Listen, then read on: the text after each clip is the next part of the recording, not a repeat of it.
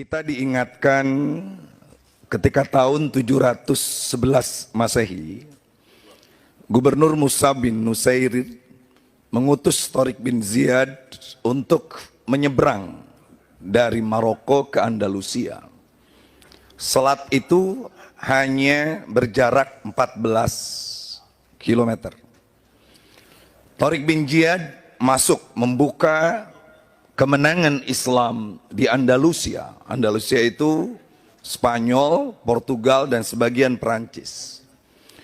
800 tahun kita umat Islam membentuk peradaban di Andalusia. Istana Alhambra, Masjid Andalusia menjadi bukti. Tetapi setelah 800 tahun Islam dipukul mundur oleh kekuatan Katolik Ratu Isabel dan kawan-kawan. Ada apa? Ini refleksi kita pada sore ini. Paling tidak ada 3 alasan. Alasan yang pertama adalah pecahnya umat Islam. Makanya kalau kita ingin memenangkan Anies Baswedan dengan Gus Muhaimin, mari kita bersatu. Isu hari ini tidak ada di internasional, isu radikal, isu terorisme itu nggak ada.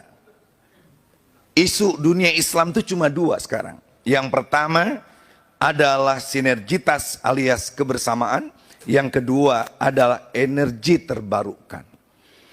Maka kalau kita ingat bahwa tanggal 3 Maret 1924 ketika Ottoman akhirnya jatuh, maka 100 tahun itu adalah Maret 2024. Presidennya sudah Anies Baswedan dan Gus Muhaimin.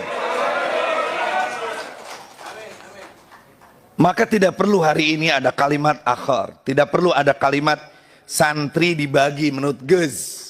Ada santri kota, santri kampung, dan lain sebagainya. Santri kampung sekarang sudah jadi orang kota, pimpinan MPR. Dr. Kiai Haji Jazil Fawaid sudah lupa di sarung. Sementara santri kota sekarang mulai terus bersarung. Pak Ahmad Sayhu, saya bareng dengan beliau, sama-sama orang Cirebon. Nah, ini yang perlu digarisbawahi Bapak. Kalau kita tidak ingin mengulang kesalahan hancurnya Andalusia dulu, maka kita saatnya bersatu. Siap untuk bersatu? Perbedaan itu selalu ada. Saya ke Jakarta, diajak Pak Jazil, udahlah Kang Maman daripada jadi ustadz di kampung, bantu saya. Jujur pertama kali saya di kota saya terkejut. Sholat taraweh di Jakarta tuh nggak ada yang sama.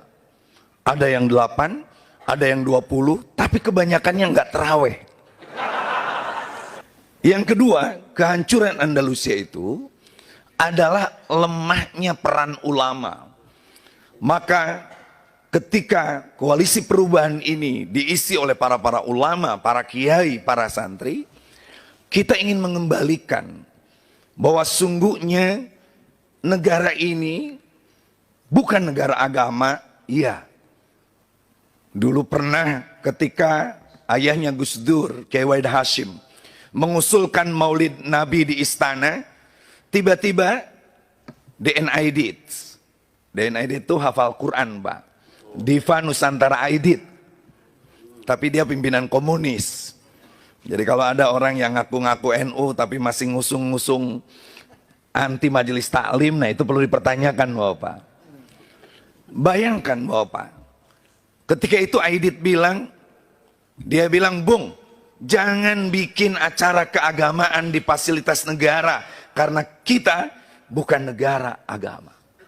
Tiba-tiba kata Kiai Wahid Hashim, Bung, Indonesia bukan negara agama, tapi tidak satu pun dari seluruh konstitusi kita kecuali dibangun dengan terminologi agama. Dari mulai proklamasi, pembukaan Undang-Undang Dasar dan 1945. Coba saya diminta Kiai Hidayat Nur Wahid untuk keliling 4 pilar. Sekarang saya lagi minta lagi untuk sisa sidang sebelum pemilu. Mudah-mudahan ditambah. Nah, makanya ajakan kita hari ini adalah kembali kepada nilai-nilai agama. Dan Ibnu Sirin seperti yang dikutip oleh kitab Al-Mustadraknya Imam Hakim, fa inna hadzal ilma dinun fanzuru amma ta'khuduna dinakum. Orang ingin berbuat baik, maka peganglah agama. Kalau ingin agamanya baik, peganglah ulama, pelaganglah habaib yang memiliki sanad keilmuan. Ini kan orang lagi nggak jelas. Ngaji ceramah di TV yang dimunculin orang-orang yang nggak jelas sanad keilmuannya. Na'udzubillahi min. Di tempat itu ada orang yang suka ceramah keras-keras. Bapak Ibu, mulai besok kita tahajud. Ayo kita tahajud siang malam.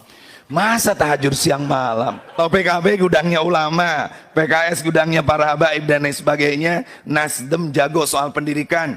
Bayangkan Pak, Kiai Yusuf Muhammad Gus Yus diperintahkan PKB untuk memperjuangkan 20% anggaran pendidikan. Kalau tahun ini sekitar 612 triliun pendidikan. Tetapi rejim ini hanya memberikan 52 triliun untuk pendidikan agama. Siap kita berjihad untuk anggaran pendidikan ini? Agar tidak ada guru-guru madrasah yang digaji hanya 100.000 per bulan. Itu pun kadang-kadang tidak pakai rupiah, pakai yen. Yen ono duitnya digaji, yen ora-onora. Madrasah kesulitan dan sebagainya. Yang terakhir Bapak, kenapa Andalusia itu hancur? Maka jawabannya adalah hubbud dunya wa karahiyatul maut. Saya ditanya, ini kenapa nih PKB berkoalisi dengan PKS yang katanya anti tahlil? Saya bilang saya ikut Habib Salim, ikut Muludan di Solo, di Banjarmasin dan sebagainya. Bapak-bapak, mereka yang takut dengan koalisi perubahan ini, dua anak muda Anies dan Muhaimin ini adalah orang-orang yang siap untuk membawa kita semua dengan mesin politik Nasdem, PKB dan PKS ini agar kita tahu bahwa kita harus merebut kekuasaan ini. Setuju? Tetapi kekuasaan yang kita rebut bukan hanya sekedar untuk memberikan privilege kepada orang-orang lain. Hutang ditumpukin gede-gede, bikin program-program tol dan lain sebagainya. Tetapi MBZ sudah dikorupsi. 10 tahun lagi tol MBZ itu pasti rubuh. Na'udzubillahi min dalik. Bapak, kita ingin jujur bahwa kita ini merebut kekuasaan untuk Indonesia. Bapak Ibu sekalian, makanya kita ingin mengutip kata-kata Kiai Said Akhil Siraj. Pentingnya kita meneguhkan komitmen kebangsaan. Kalau tadi Kiai Effendi Khairi menyebutkan apa yang disebut oleh Kiai Ahmad Siddiq sebagai ukhuwah wataniyah, ukhuwah Islamiyah dan ukhuwah insaniyah, maka komitmen kebangsaan ini menjadi penting. Karena man laisa lahu ard laisa lahu tarikh, wa man laisa lahu tarikh laisa lahu tadhkirah. Barang siapa yang tidak punya tanah air, maka dia tidak pernah bisa menulis sejarah. Orang yang tidak pernah bisa mencatat sejarah, maka kita akan dikubur habis-habisan dan dilupakan.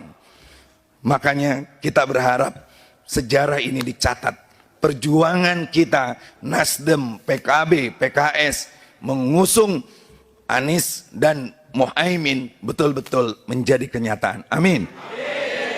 Ya Rabbi bil Mustafa balik maqas ma madaya wasi'al karami huwal habibul hauli minal ahwalil maulaya salli wa sallim ala habibika khairi khalqi kul ya amin amin ya rabbal.